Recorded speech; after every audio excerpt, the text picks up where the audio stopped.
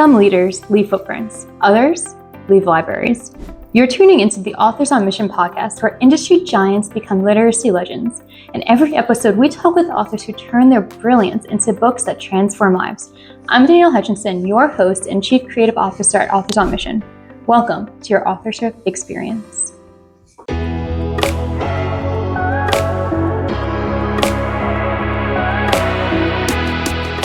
Hello, and welcome back to Authors on Mission podcast, where we dive deep into the strategies and insights of successful experts who inspire aspiring authors. I'm your host, Danielle Hutchinson, Chief Creative Officer at Authors on Mission, and I'm thrilled to welcome Susan Hensley, author of Art for Your Sanity: How Art Journaling Can Help You Manage Chaos and Unleash Joy. Susan brings a fascinating background as a former TV anchor, HR VP, and now an executive coach and author who discovered the transformative power of art journaling during a major life transition. What's really remarkable about Susan's journey is how she turned a deeply personal practice that helped her through retirement and the pandemic into a book that now guides others through their own chaos and uncertainty. So we're going to explore how this simple creative practice that requires no artistic skill can become a powerful tool for accessing wisdom. Now, Susan, welcome to the Authors on Mission podcast. Oh, thank you so much for having me. I'm really thrilled to be here, Danielle.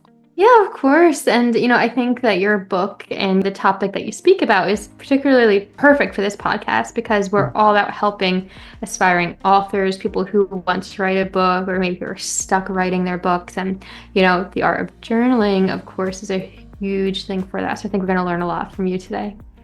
Great. Thanks. So I'd like to kind of just start off, and I always like to ask this question, a little bit more background about yourself and kind of what led you to writing your book. I gave a lot of, little hints at your background in that little intro there, but perhaps you can shine a light about maybe any specifics that led you on this path. Sure. You mentioned I had an original career in television journalism. I did that for almost a dozen years, and it's what my education been. I always joked I would never write a book. And certainly I couldn't, back at the time, envision writing a book that was as personal as Art for Your Sanity is. Because although there's research and there's how-to components, that original background in journalism where you take yourself out of it and you don't sort of expose yourself, and made it very hard to picture doing this. And, fast forward, that's what's great about life, is it surprises us sometimes, and things we say we don't think we will ever do, you end up being, quite honestly, called to do. I found art journaling when I discovered it, now probably about 8 years ago, just a tool for myself that really helped me process emotions, work on my perfectionistic tendencies, and a way to really tap in, if you will, to my authentic self, that I was talking so much about it and recommending it. And in my coaching practice, and you recognize if you really do want to share something with the world, a book is a terrific way, right? I would never reach as many people doing what I was doing. And so sure enough, it did lead me to writing a book. Well, I love that, and really cool, that whole background that you have, right? I mean, between, journaling, and I love that you said you'd never thought you'd write a book too. I think that's a really interesting thing for everyone to be listening to take on, because maybe you didn't think that you wanted to either, but you never know where life might take you. And that's just it. I think when life takes you somewhere and you recognize the why you're wanting to do something. And for me, it was the book is all about trying to help. It's an easy, accessible tool, and it seemed like the best way to share it was to write a book. And in my other aspects of my career and being a coach and workshop leader now, I really do tell people, like, look at the thing you're resisting to do and really try and understand why the resistance. And in my case, it was fear, right? Because it was personal, because I had a high level of perfectionism. or desired perfectionism for the dozen years I was in television news. I really had to break down some of those barriers in order to put this out in the world. Understood. Yeah, and it really is all about breaking those barriers and kind of, barriers from other people and in yourself, and kind of just branching out and seeing where things lead up. Well, that being said, though, I mean, art journaling, as you've mentioned before, has been a thing for a long time, even before you considered writing your book. Thing that I saw when I was looking through your materials is that you describe your art journal as your GPS, your best friend, your sounding board, your wisest confidant. So when did you first realize that it had become all these things for you? I had been doing it for a few years, and it really came about as a place to play.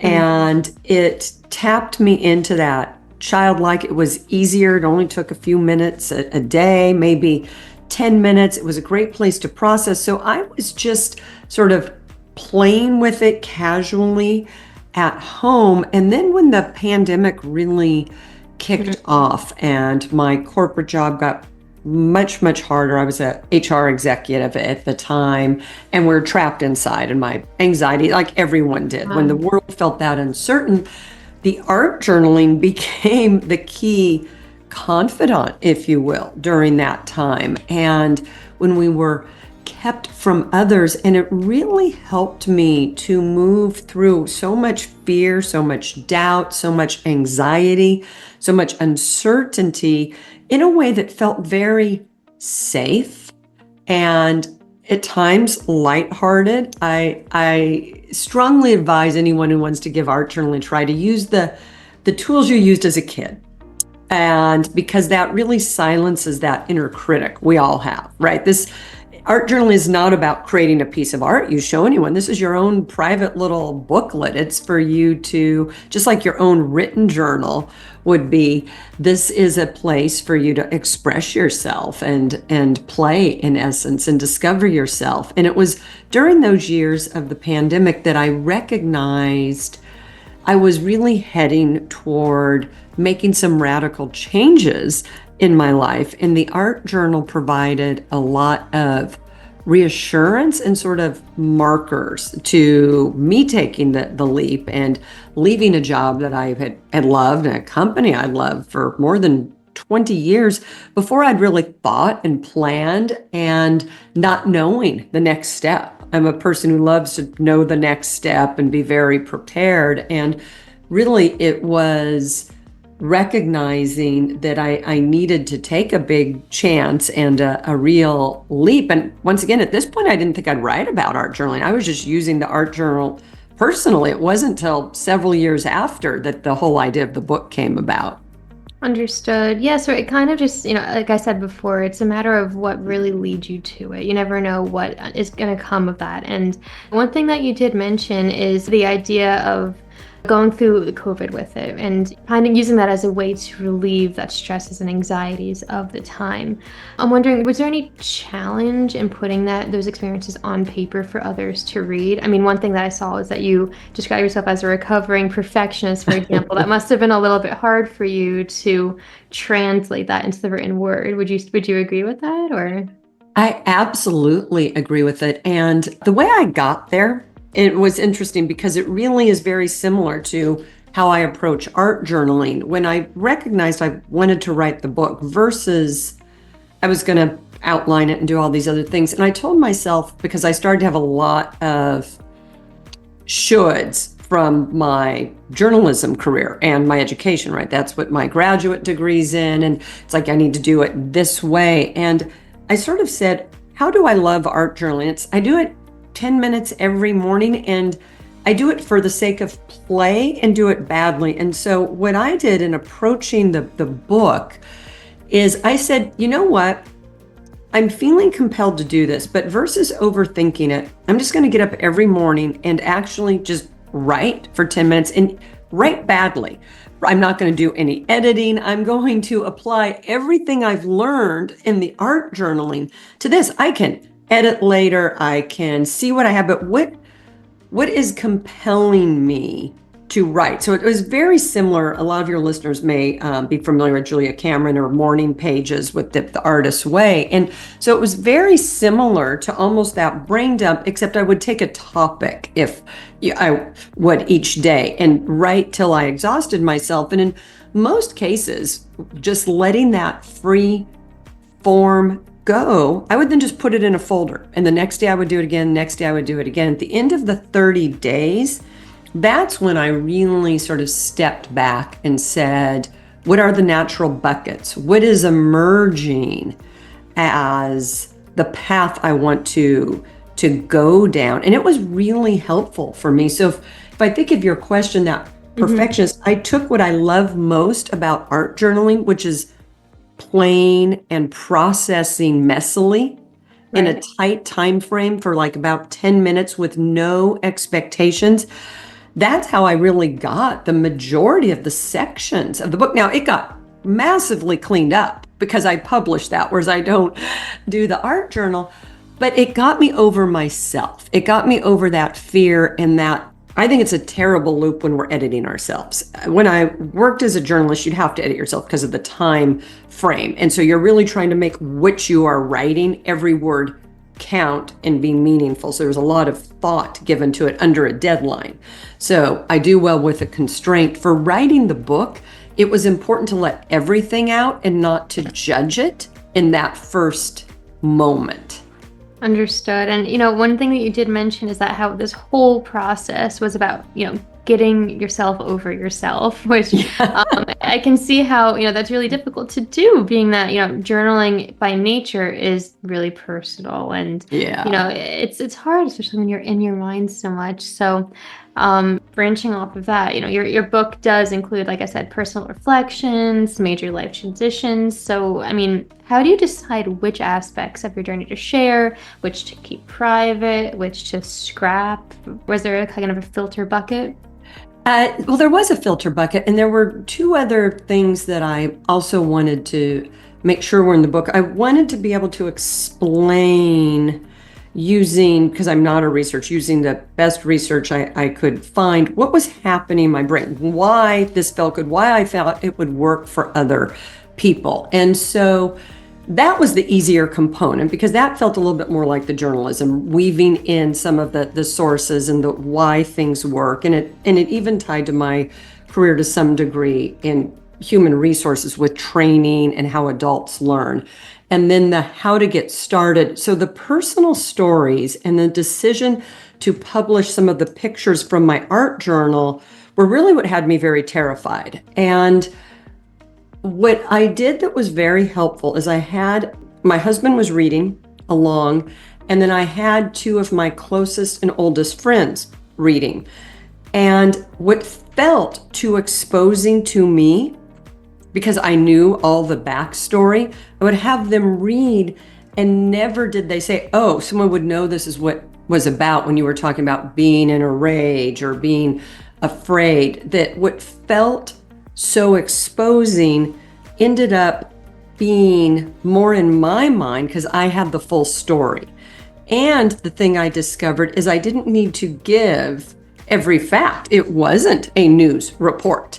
This was about the practice of art journaling and what it does for you. It isn't why I was in a particular rage or suffering from anxiety. It was about how art journaling helped me. So although I could tell the framework, a story about being bullied when I was a young TV anchor, or whatever the story might be, being alone on an important day, I didn't need to give the full backstory, which probably would have felt more exposing than I wanted. There was enough to stay, I want to show people how this tool can help them when they're having equally difficult emotions.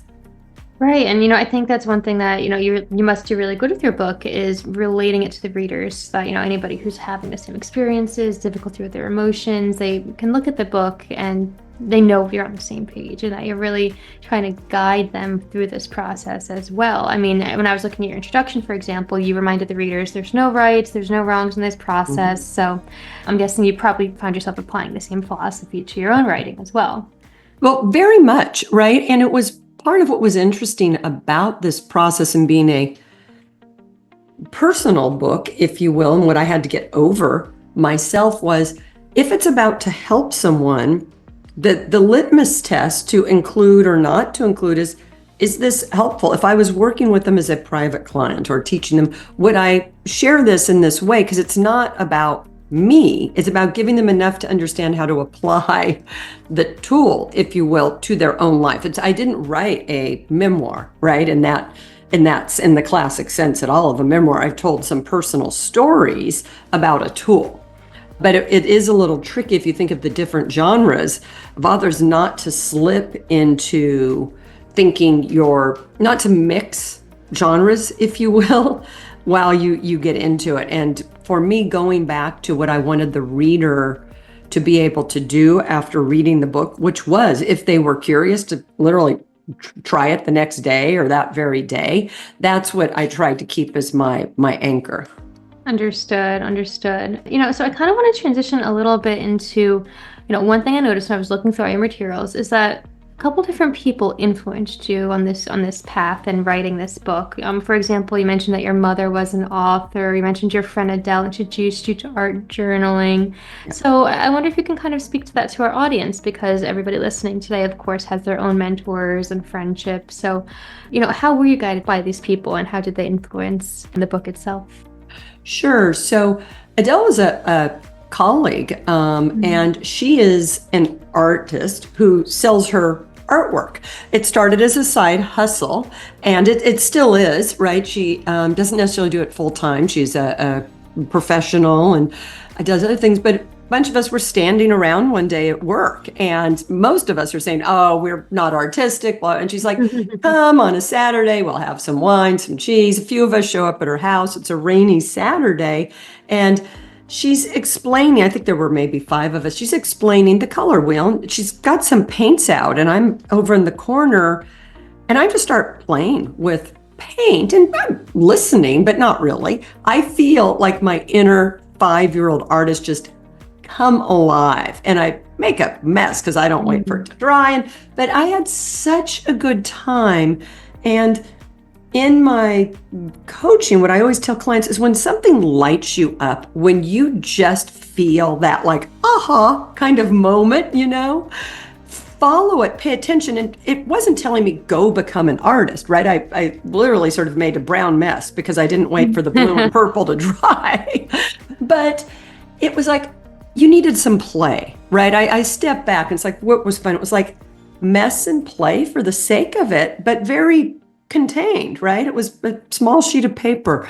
And so Adele definitely got mentioned, because I would never have played with that on my own, right? It was sort of that generosity of spirit of, it's not about this, come over and do it. My mom is interesting because she's written a number of books. She's actually written 7 books, many of them that have been used in art design institute. She's into fashion, and she's an image consultant and was an original founder. So her books were all nonfiction. They were about style and proportion. And so you see, sometimes when we think of becoming an author, you may think of just your favorite genre, or, writing an award-winning piece of fiction, whatever it is, and you recognize there's all sorts of avenues for being an author. And I think growing up or watching my mom publish different books that are used at, fashion institutes and colleges that have, fashion design departments, really helped me to recognize this book that I'm writing can fit a need. It does not have to be everything, because I think that's would everyone love a bestseller? Yes, but there's so many books that fit other purposes. And so you've got to sort of get out of your head when you tell someone you're writing a book. So I think they're expecting the next, great American novel. And you're like, no, I'm writing a book for this particular audience. And having seen my mom do that showed me, once I recognized this was a way that it was very doable, that it wasn't a foreign concept Right. Yeah. And so, again, I do think it's really cool that you have these people in your life to, influence you and show you new things that you wouldn't have done before. I particularly like this story with, you just getting down into it, mixing the paints together. You don't know what it's going to lead you to. You made a mess. Yeah. Perfect metaphor for writing in general. You never know, right? You just going to be a mess the first time around, but the more you get into it, the better it's going to be. That's how you really develop yourself. So. Absolutely. And I mean, I think anything that we're curious about, being willing to be very, very bad at it without any judgment and see if you enjoy it really helps. I mean, what kills our curiosity is that applying a sense of whether it's perfection or wanting to be a master of it way too soon. I think as adults, we're not always willing to give ourselves all this time to learn and get better. Or in some cases, like me in art journaling, I have made an intentional choice to not do anything to improve my skill because it is such, people say, well, have you taken class? I'm saying, no, absolutely not. And when I was given some really fancy art supplies, I recognized it ruined it for me. I do much better off with crayons, the least expensive art supplies in kids sections, because then I don't feel wasteful. I think we deserve as adults areas where we can experiment and play without the expectation of constantly improving. Yeah. No, definitely. Yeah, without the risk either, and just, letting yourself be free and seeing what might happen. And, I get that a lot. I actually work as a teacher also, so it's always fun to kind of just sit down and pick up a crayon and just start coloring like mindlessly. It's fun. But that's interesting because that's one tip that I'm sure is kind of portrayed in your book, right? Don't improve, need the skills, don't worry about expenses either. So I'm wondering, do you have perhaps another favorite tip from the book that you can offer as a sneak peek to our listeners today?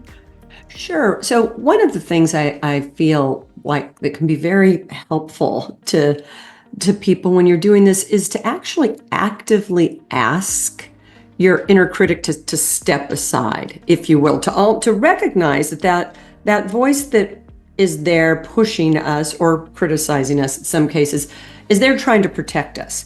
And if we want to do something creative, if we want to in any way try something new, it's very helpful to ask that voice to step aside. What I like about art journaling particularly is it's safe. It's very easy to sort of say to that aspect to yourself, I'm safe, I've got this. I'm not embarrassing us. I'm not doing anything that's dangerous. Just let me play. And the more we learn to do that, the more open we are to growing, to seeing other avenues for expanding our life and our enjoyment of life. Definitely. And I appreciate that. I think that's something really cool for us to, even after this podcast, kind of give it a shot, right? As a piece of advice for everybody today after this podcast ends is to just go ahead and give it a try and see where it takes you. Just exactly the way that when you went with Adele and was mixing the paints and colors and all of that. So, So that being said, I'm wondering, you have this book out, you've been dabbling in that for a while. I wonder what else is on the horizon for you, and to do some consulting work, for example? Yeah, so I'm doing a few things right now. So the book ended up leading to an online course and workshops. And then I spend a lot of time helping people navigate life transitions. I coach around life transition. Art journaling as a tool. What I've started doing recently, earlier this month, I did a TEDx. I'm starting to speak at some different conferences about helping people find creative outlets to basically be better at their job, to navigate life. So it's really sort of led itself into a little bit more speaking. I'm dabbling with, I've been doing some guest blogs and guest articles along certain lines, which really have to do with expectations and how we talk to ourselves. So I'm sort of playing with some ideas for, doing some more writing as well. Okay, great. Well, so maybe we can be on the lookout for some more writing too. And to anybody who might be interested in, finding out more about the other work, consulting, all of that, where can they find you exactly? How can they get in touch? Sure. Easiest place is really just my website. I've tried to keep that simple. It's just susan-hensley.com. And I answer, there's a contact me button. There's a downloadable PDF on how to get started art journaling, because I do want to make it accessible for people. Understood. Well, great. We're going to put the links to that in the description box of this podcast. So anybody listening today, you not only have the homework to do that was mentioned by Susan earlier, but also now the next piece of homework is to click on those links, check it out, and be in touch. And, before anything else, though, Susan, I want to make sure we take a look at that book right behind you on the shelf. I've been wondering now, because this whole book is about journaling and artwork and being messy, but your cover is suspiciously very nice and clean and simple. I'm wondering, did you have any part to play in that? It's very stylistic. I love it. I would almost imagine paint splatters or something. So what's funny is the publishing company I worked with, we looked at several, and in the letters, the art for your journal, there's a lot of different colors and the tools down here. But what I liked so much about it was that it was cleaner and it got that through. We looked at a couple of designs that were brighter, and my biggest concern at the time, because it's a tool about helping you, the reader, process emotions and play, is I didn't want it to be seen as an art book, right? Like, this would not be the book to pick up if, say, you wanted to learn to draw. And some of the other covers, one of the reasons I liked this particular design was because it was clean, and the sanity part, I feel like, expresses more quickly that it's almost a mental health tool, a self-help tool versus art. But that was one of the tricky things that did come in deciding the cover, and even the title. I like the subtitle. There's all the reasons why Art for Your Sanity is the main title. But if I really think of what the book is, it's how art journaling helps you manage chaos and unleash joy, right? And publishing shorter titles are better. So that's why we did choose to keep it a little bit cleaner. Right. Well, yeah, I like that a lot. And, now that I like how you see those like small details to it in the letters and all of that. Like, there's like paint dripping in the letters, and then the closer you get, you see the details, which kind of like a metaphor for your book in general, right? Like the more you and you get into it, you see it's powerful, and it can really help you express yourself. And it's small and easy and very low barrier and extremely powerful. I think that is why I'm in love with it, and it is one of the reasons we made so many of the decisions around the book. Right. Understood. Yeah. And I think that's really cool, though. I think it all works out really well, and it's eye-catching. And thank you. It's great. So I'm wondering, do you have any last bits of advice to listeners today on the podcast, be it about the writing process or about the journaling process? Anything else for them to take home with today? I think I'm going to go on the writing process because of the nature of the podcast. And I had a conversation, it was a week ago, with a friend of mine who is writing a book, and she's losing her passion and sense of joy for it because she's editing as she goes. And she keeps saying she has to edit as she goes. And I really feel that although she believes that is her process, I think there's something when we feel stuck and when we lose energy for doing something that we want to do that feels like a dream or a goal, to step way, way, way back and find the play in it, the messy in it, because that opens you back up.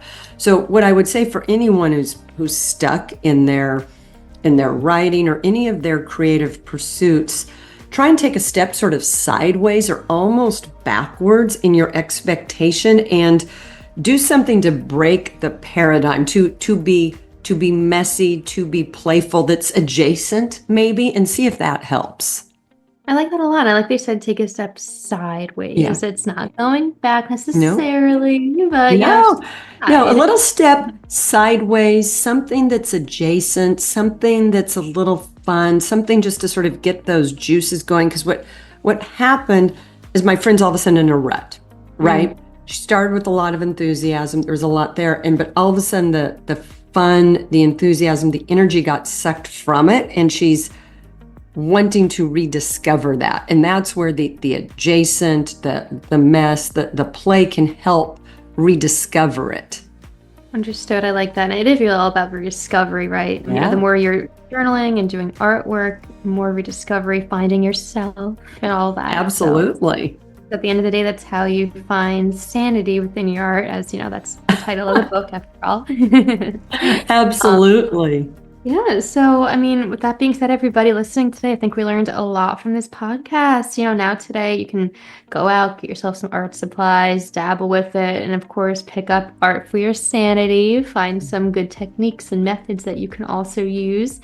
And again, Susan, thank you so much for joining us today, for sharing your wisdom, your vulnerability, and all of your tips. It's been incredible. Thank you so much for that. Thank you. It's been great. I love being able to talk about the book, and your questions were terrific. Thank you.